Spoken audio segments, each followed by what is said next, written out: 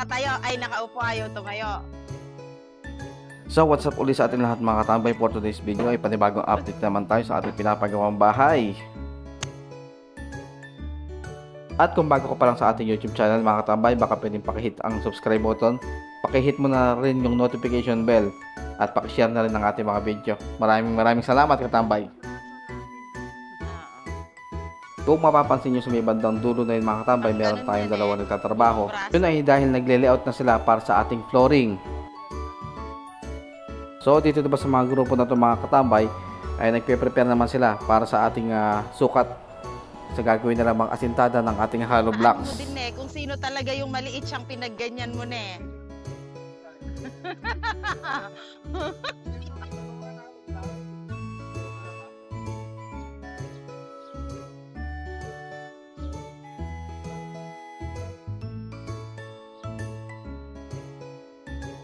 Kung mapapansin nyo mga katambay, lahat ng ating biga ay meron ng nakabang na dowels para sa pag-aasinta ng hollow blocks.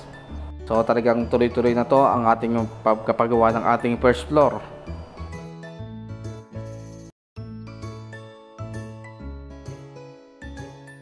Kapagalitan na naman ako sa boss ko.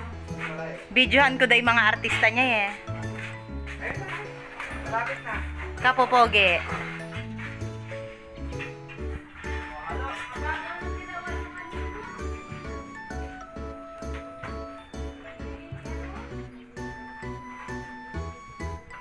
Gigil na gigil, gustong manakit. Medyo fast forward tayo sa ating video mga katambay. Mapapansin nyo, mayroon na rin asintada doon sa ating firewall. So yung area na yan ang gagawin nating laundry area sa ibabaw ng ating septic tank. Kung mapapansin nyo rin dito mga katambay, ay nakalayout na rin ang ating flooring. Mayroon na rin tayo mga bakal at natapos na lang nila yan para mabuhusan na. Kung mapapansin nyo rin ay gumagamit sila ng drill machine dahil dinidrill nila yung mga gilid para ipasok yung mga bakal sa flooring para kapit na kapit.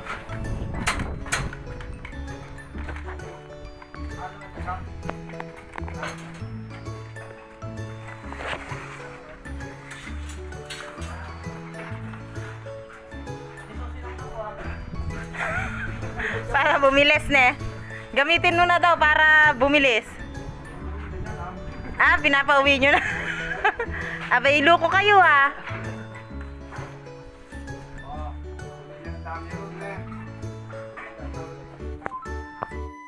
So ayun, pagkayari nga nilang nilayoutan ang ating flooring mga katambay, at ito na, sinisimulan na nila ang pagbubuhos para sa ating flooring.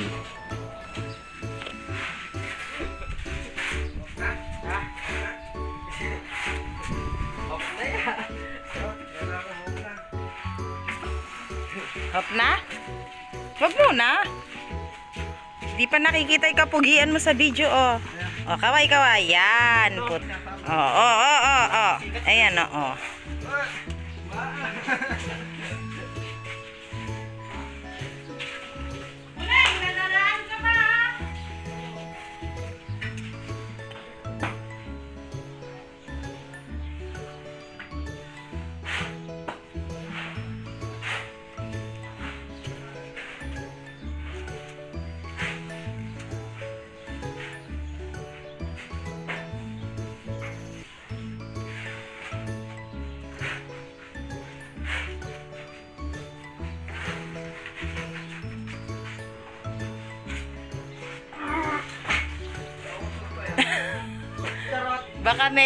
Baka may nakasabit doon. So ito nga pala yung mga nagawa ngayon mga katambay. Nakapag-asintado na sila sa ating mga wall. At kung mapapansin nyo, mayroong gap dito ang ating hollow blocks. Ito ang ating magiging main door. So ito ang ating magiging sala. At ang likod ng sala, yun ang ating magiging laundry area. So pagpasok dito, ito ang ating magiging dining at ang kitchen sa may side na yan. At syempre sa ating right side, yan ang magiging ating banyo. Yan mga katambay, ang ating banyo.